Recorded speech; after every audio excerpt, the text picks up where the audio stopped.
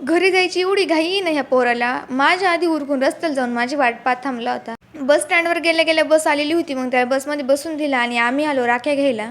आता आहे ना पोरींचा असं राहतं, एका दुकानामध्ये कोणतीच एक गोष्ट घेत नाही. एका दुकानामध्ये ना मी 2 राख्या घेतल्या, पण हिला इथं एक पण राखी नाही आवडली. मग दुसऱ्या दुकानामध्ये गेलो.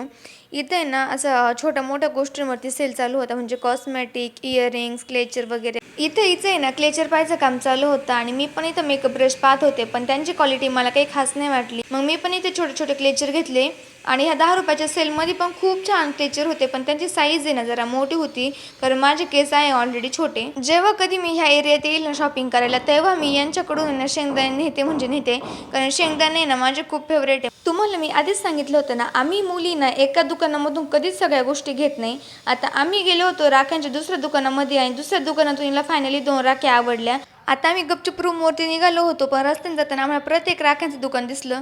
तिथं काही नवीन आणि युनिक भेटतंय का या आशेने गेलो आणि परत 2 राख्या घेतल्या आणि फायनली राख्यांची शॉपिंग डन केली. ती गेली हॉस्टेलला आणि मी आले फ्लॅटवर. आता भाऊ गेला होता घरी आणि संध्याकाळी जेवण करायला होते मी एकटीसाठी काय बनवायचं. परवा आम्ही सँडविच बनवलं होतं, त्याच्यात नाही ना हा एक चीज क्यूब शिल्लक राहिला होता.